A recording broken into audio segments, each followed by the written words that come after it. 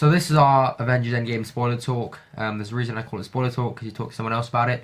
It's more fun than doing a spoiler review by yourself. So, what I thought we should do is go character by character. Okay. Does that sound good? Sounds good. Start off with Iron Man. So, the biggest spoiler of the film is that Iron Man dies. Yeah. He dies. Wow. Also has the Infinity Gauntlet. Yeah. Wow. Damn. Wow. I mean, it is the perfect conclusion to his arc. Yeah. Like, his death, the funeral scene in which everyone, Robert Downey Jr. said that, like, the last 8 minutes are amazing. Mm. And that funeral scene, where everyone's together, It was it's really good. just... Oh! So poetic. It is so fucking poetic. Very nice, yeah. And I think his arc throughout the entire film, like, obviously, he gets stuck in space at the beginning. Mm. He looks really skinny. He looks really... That was a great performance as Yeah. well, when he was, like, arguing with Cap. Yeah. He was, like, really, really skinny. Like, I mean, Downey was so good in this film. Mm. And one of my favourite moments is when he meets his dad. Yeah, I was and about to he say. talks to his dad, and he just... Yeah. Oh! The emotion at the end when It's he hugs just- him. It's just so It good. is so damn good. Yeah, it's good. And when he died, it was truly emotional when he says, "I am Iron Man" for the last time. Is a heartbreaking but so, like, emotional, and it's just... I think the way they handled Iron Man was basically perfect, and then some. Yeah. What was his last words? Like, high pep. I don't know, I just... Must have been his last I words. don't know, but Yeah, it was just... Yeah, I think that was his last words. But yeah, it was Right. really emotional. I liked him having a kid. Yep. Made him feel even more human. It was a nice surprise. It was a nice surprise because Yeah, it was good. it was paying off what he set it up in Infinity War. Yeah. Everything about Iron Man I thought works so well, and I think also his relationships with Cap and all the rest of them were just really, really good. Yeah. Speaking of Cap, The Captain America. I think that this might be Chris Evans' best performance as Cap. In my opinion. favourite. My favourite part of the movie is when he's wielding Mjolnir and the shield. And he's like, and he throws the shield and bounces Mjolnir back off the shield. Yeah. Oh, it's And so like good. the moments of action with Cap when he fights himself. Yeah, when he fights himself. So good, right? But for me, what made Cap such a great character in this film was the smaller moments, like when there was that possible recreation of the elevator fight, Yeah. and he gets out of it by saying "Hail Hydra" because he uses What he the past, yeah. or Clever. when he's fighting himself and he says Bucky's alive in order to get himself to Yeah. perfect. It was very good. And that final dance.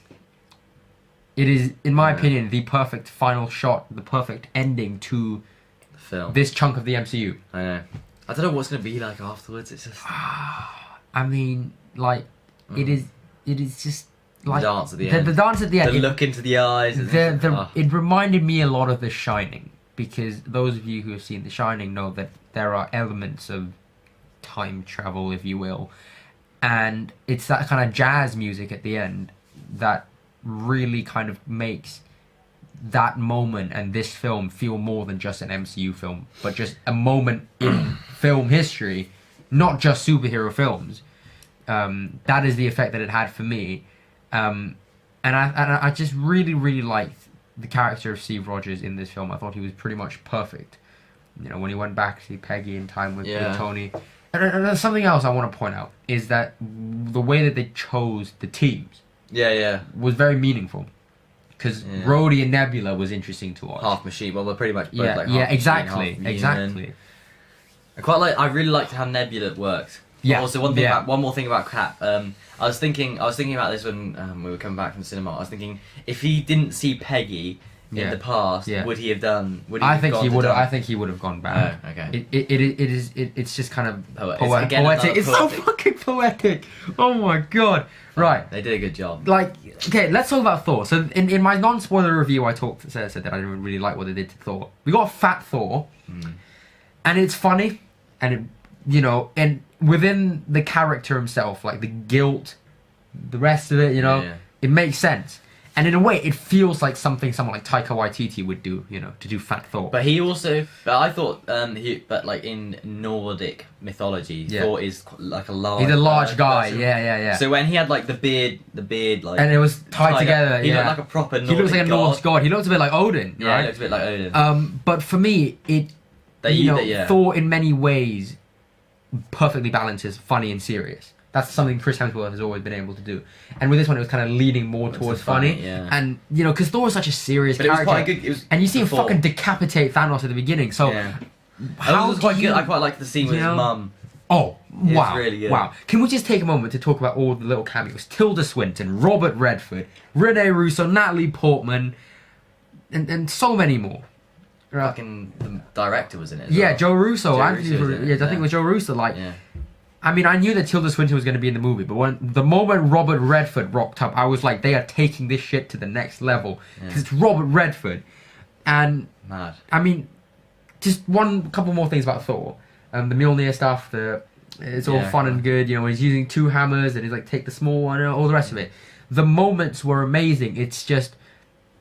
Also, I don't like when he was fat. Why was he wearing like a weird jumper with like his fingers? Like, he didn't have to wear stuff like that. But I just feel like if Thor had did the things he did, but maybe not fat and just had like a long hair and a beard and stuff, it would have felt more meaningful. Or even just not as fat. Yeah, not as Easily though, my least favorite moment in the film is the fucking Fortnite bit. Yeah, the Fortnite bit. I do love Korg. Korg is great, yeah. Korg is great, but the fucking Fortnite they didn't have to show it. My gears. They didn't have to show it, but it was pretty good. But the Korg was good. Move on to Black Widow. Perfect. So good. Scarlett Johansson's performance in this film was absolutely stunning. Yeah. It was staggering.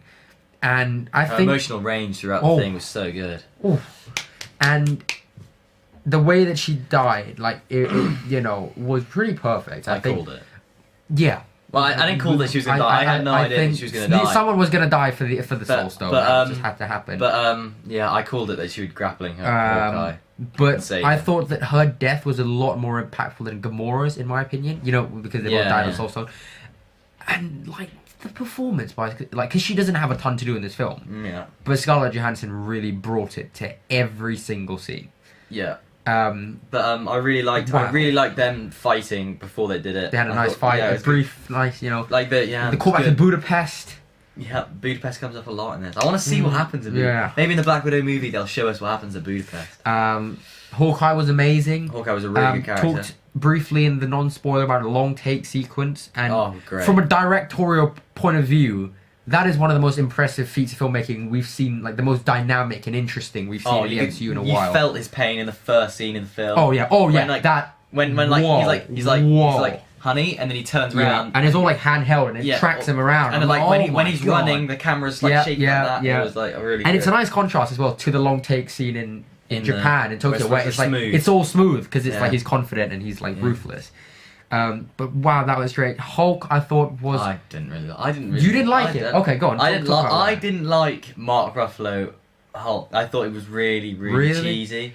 I mean, I liked it more than Fat Thor. I'll tell you that. They make some strong decisions in this film, and I didn't mind Professor Hulk in a film where it's the final one and it's so serious. Yeah, I thought, and like I would have loved to see like a proper Hulk, raging Hulk on Thanos. Like, I would kind of completing his arc from the completing his arc. I would have loved to seen that, but he was just a bit. He was a bit like when they go back to like the thing, and he's like. And he sees, Like, he's like, it's just. But honestly, that was one of my favorite moments of the revisiting the New York battle, seeing the Avengers shot from the first film. Yeah, that was great. I mean, you had to have that back in. You had to have it back in. And seeing Tilda Swinton just rock up, one of my favorite actors. Yeah, I love how she knew what was going on because she's like, you're 5 years too late. From Doctor Strange, she knows everything. And I love that elevator fight, like elevator scene. I would have loved to see it though. I would have loved to see it. No, but at the same time, the Hail Hydra moment. Yeah, the Hail Hydra was work. Yeah. Ant-Man was great, and I think Paul Rudd did such a good job of kind of balancing the serious and comedic aspects. Yeah, he wasn't actually the most. He didn't make the most jokes. Yeah. He was actually quite a serious character in this, and you could see that. But I'm surprised at how much his daughter grew up as well. Yeah, like it all from a dramatic standpoint. I think everything that needed to be dramatic worked, and then some. So about Nebula. Nebula. I had no idea how they were going to get Thanos to fight them the second time because I knew they wouldn't. I thought. I didn't know how they were going to do it, and Nebula I think back was that actually a really whole good bit idea. with Nebula is really ambitious, but also really smart.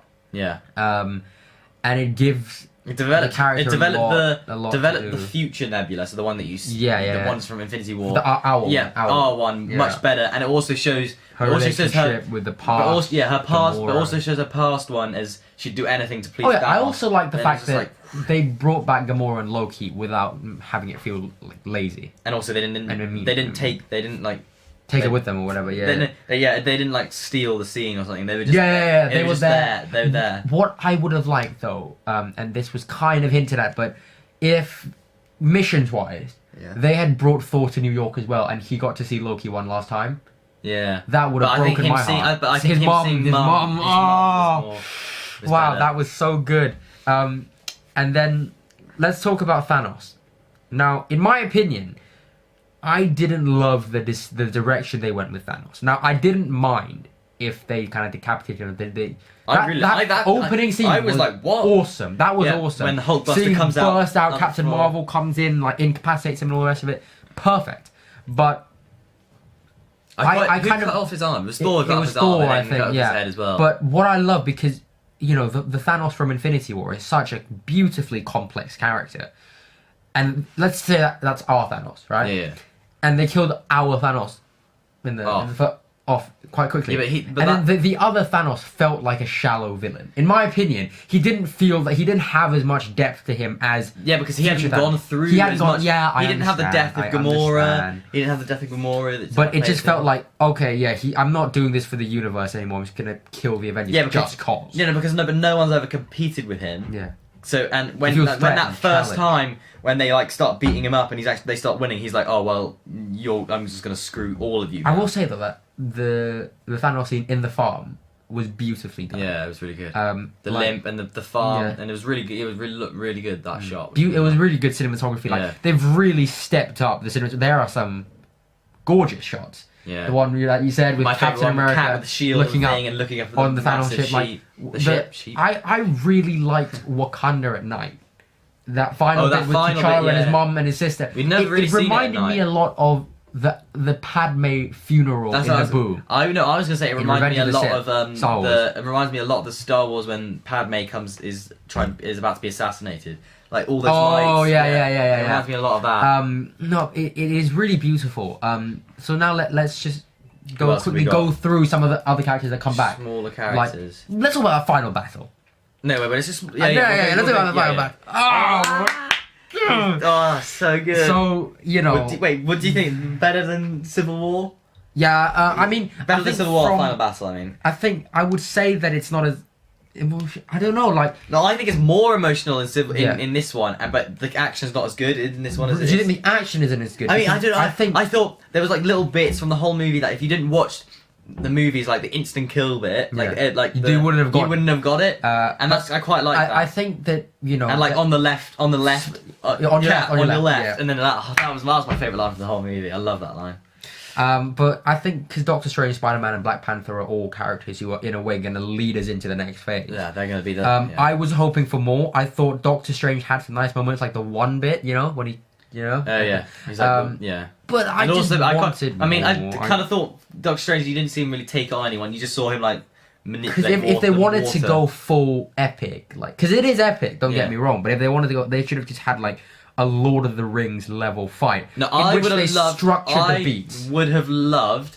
Do you know in the original Avengers? I rewatched the other day and it was just so good. Where they have the tracking shot and it like follows like track Iron Man and then they go into Hulk and then if they had that with like. If they did that for each superhero, that would have been so good. And then they all go into like one final shot of all of them together. This is something that has been pointed out before, but the Russo brothers' style of directing is very different to Joss Whedon. Yeah. Joss Whedon loves his long takes, like the epic ones. You know, there's one in Age of Ultron, there's two in Age of Ultron, right? But like, I just wish that the Russo brothers had gone full epic. Yeah, I would have loved an Age. Oh my! It was still amazing. Epic. Yeah, of course. But like, I would have loved to see like I don't know like. Another bit of like, do you know how like in Infinity War, Doctor Strange shot the pedestals had the pedestals for like thing. If there was more interaction, he did that for like Black Panther or something. But something we didn't see. Someone who we didn't see like meshed the first time. Yeah, I completely get you. The final it's fun and it's epic. Oh, so good. But I think that if they had structured it a little bit more intricately, Yeah. you know, like there are moments, right? Of course, like all the women coming together, all this, and the running around with the gauntlet. Yeah, it's all well and good, but you know, like Lord of the Rings, for example, just using it as an example, in the Return of the King, like they think they win and the elephants rock up, and then that introduces a whole new dynamic to the fight. If they had something like they had, I mean, giants, they did have that because if they had like Ant-Man fighting the giants and maybe going small and going big again, or you know, just they kind of had that because when the ship landed and then Captain Marvel comes. and then like what's his name? Oh, I can't remember it. Ebony Moore and or like his four like the Black Order, the Black Order. I mean, what's called the big guy just got destroyed again by Ant-Man. But that was quite good when they like started that. Well, and there was like quick thing about Captain Marvel. I think she kind of has redeemed herself because she's in the movie just the right amount. Yeah. And there ain't no politics. I think if she was in it, there ain't no, you know, it's just good old fashioned fly through a spaceship. And it was nice, and it was a nice. And if she was in it the whole way, I think the Avengers would have been way too. Because at the end of the day, it's more about the original six, than Captain Marvel. But they'll have that time in the future. In the future, yeah. And I'm really looking forward, kind of, to where they go, but to also to look back, you know, because it's. I don't think I'll ever be as invested in Black Panther or Spider-Man or Captain Marvel as I was with Thor, Cap, and Iron Man. Yeah. Well, I mean, Thor's still going to be an exciting. Yeah, he'll be in Guardians 3. He'll be with Guardians, and I think that's going to be really good. Yeah, hopefully he gets his normal Hemsworth look back. Yeah, I think he will. I think he will. I think he will. I think he'll. I think they'll be on a mission somewhere. I think for Guardians 3 they'll be on a mission somewhere trying to find Gamora. There are those little things, like those little details where you can go back on second, watch a third viewing, and you see the little pieces that the Russo brothers have kind of assembled. Assembled. To just kind of pay homage to the rest of the films. Oh, my three favorite lines was on your left. I am Iron Man. And when Cap's really broken and he tightens his things up and he goes, Avengers, assemble! And then everyone just runs and it's just like, oh! It's just so good. I'm really sad that we're not going to see Cap again, though. That is my... we could, but I'm just really sad that I want to see like a Cap fist fight again. It's like... I'll miss it. I will... Because it's truly just really emotional. This is my childhood. This is like... Well, when I was like fucking 8, 7 when I first saw Iron Man. Yeah. And to see, like, we have changed as people.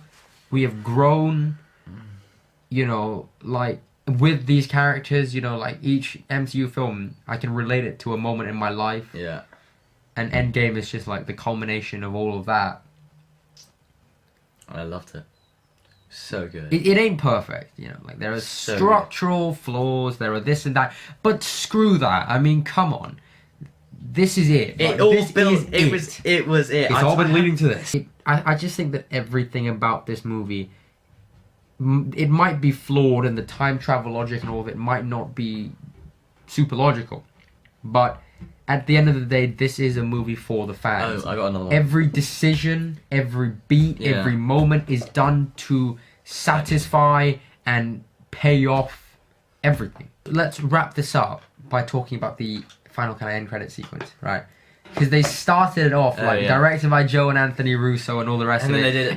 They go with a couple of actors and I'm like, wait, hold up. Where are the big six? They start. But I think the first one. It's like Tom Hiddleston. Yeah. Like Sam Jackson. And like the names get like there's like the smaller characters from the beginning, and then the names get bigger and bigger and bigger and bigger. No, and then it's like it's a callback. And then it's like back to all the. And then who's the first one? It's I don't even know. I think it's Hawkeye. Yeah, it starts off with like Jeremy Renner. Yeah, Jeremy Renner. And then Scarlett Johansson, Chris Hemsworth, Mark Ruffalo, Chris Evans, and it goes Robert Downey Jr. Yeah, it's like that broke me. That destroyed me. And the worst thing is we're only halfway there because tomorrow morning we shall be reacting to Game of Thrones Season 8, Episode 3. We're half off. I am not half the Game of Thrones ready. Cast is gonna die as well. I am not ready for this. I am physically, spiritually unprepared for what is about to come because like my life has officially peaked. We are currently in between Avengers and Game of Thrones. This will never, ever, ever, ever, ever happen again in my life. And it is awesome. If Jon Snow dies, I'm really fucked up. I'll be so pissed. Yeah. Right. Well, anyway, let's conclude the spoiler talk there. Yeah. It was such. It's a perfect film. It's not a perfect film, but it's a perfect MCU film. It's an A star. It's a perfect MCU Whatever you film. do, it's an A. Whatever's your highest grade is, it's an A. It's that whatever. Thank you guys so much for watching, and you know what? Thank you to Kevin Feige Yeah. and all the rest of you The fuckers Russos. for making my childhood. Yeah. Because you have done it, and you have concluded it in the best motherfucking way possible. Thank you. And hopefully, the future of Marvel will be as bright. Yeah. I mean, it's not going to be, but hopefully it will be. Yeah. Thank you. Yeah, cheers.